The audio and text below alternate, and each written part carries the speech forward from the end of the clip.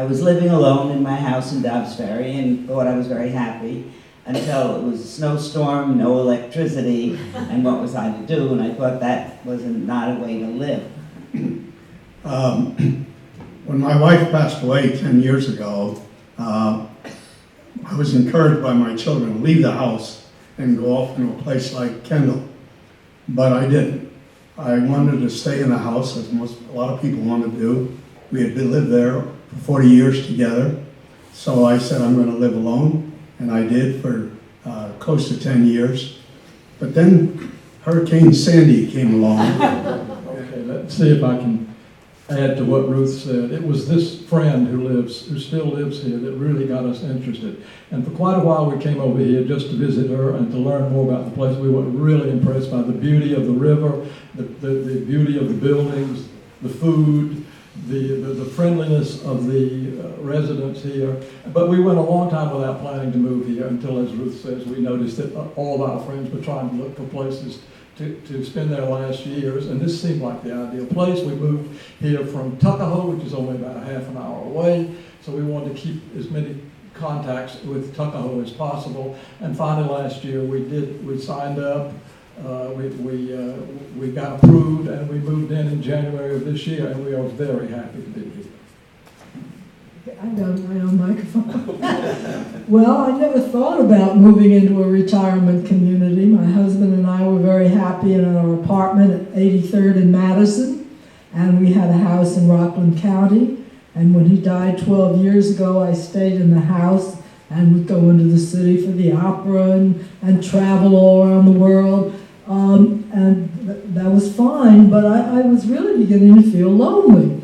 And a couple of friends said, guess what, we sold our house, we moved into Kendal, we love it, and they kept inviting me to dinner parties. It's very easy to have a dinner party here because you don't have to cook. So we have a lot of, and I met all these fascinating people, sophisticated, well-traveled, friendly, and frankly, what's important to me, a lot of progressive people, liberal people, which I liked, and I just felt at home here, and so I put myself on the waiting list. I had to wait 4 years in those days, but like everybody else here, I'm very happy. It's like being in summer camp or being in a cruise ship. That's what we all say.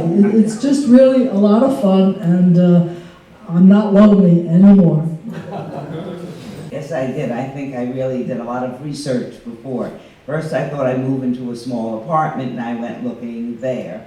And then I went looking at a senior citizen sort of community across, that's not far from here. And I decided, no, that would not do for me, because soon I would be wanting to move into a place where I would be having more care. So it was not an option after a while. And then I started to look at all the other places that sort of might be like Kendal, and one I went into was much too formal for a lifestyle that I'd like, because this is my home. And then I went into some, and people were walking around in house dresses. I thought, no, that's not for me either. And then I came, this is such a friendly atmosphere here that I came, and I wanted to like a place that was very close to my home. And every time I went, I said, it's just not right. And every time I came here, it's right. So I brought all my friends and my children and everyone, and here I am. They varied quite a bit, but I think the big decision for us was not leaving our friends and the area. But there are other places, but frankly, the feel of them, some of them were too starchy, as Harry mentioned, and there was a level of comfort here that we didn't feel anywhere else. Okay. Then I started looking into a number of places quite similar to Kendal, including Kendal in Hanover, New Hampshire, where my daughter was living at the time. And I looked at places in Connecticut and in Westchester County, and this had all the pluses I really wanted. I lived in Chappaqua, which is only 7 miles away, and I wanted to keep my friends that I had developed over 50 years close to my son and his family in Pelham, and the park. I love to walk, and the park was so convenient, that took precedence over everything else, and I decided, this is it, this is gonna be my home.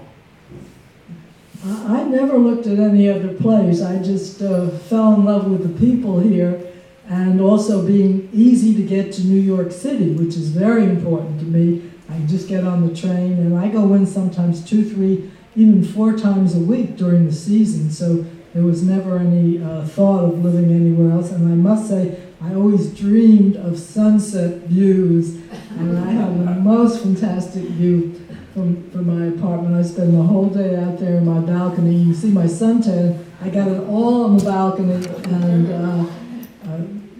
we all are just obviously very happy here.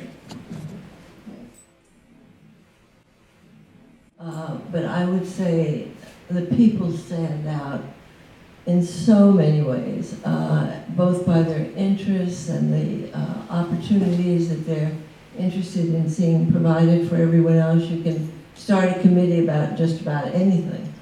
And they really, it's just a feeling of being home. It's hard to explain, but I think it's a great place to be. The other thing, we have a very, very, very fine staff here. Within a short period of time, when you come up to a staff member, they'll say, not Mr. Cerise, but John, we're all part of the family. And they greet me, and we sit around and talk to each other. It's like, as I say, part of the family. Yes, as everyone has indicated, that's true. It's very well organized, very well run. They make sure that the staff is happy, which they are, and that we're happy. And incidentally, the food is very good. I say when you think you're ready, it might be too late, really. I mean, it's hard to imagine yourself as getting older and the things you cannot do when you're at that stage. It's much better to be younger, able to choose what you want, and know what you're doing when you move here. They're not ready, but I would just use myself as an example that I waited too long. I, as I say, lived alone for 10 years, and that was not the best choice.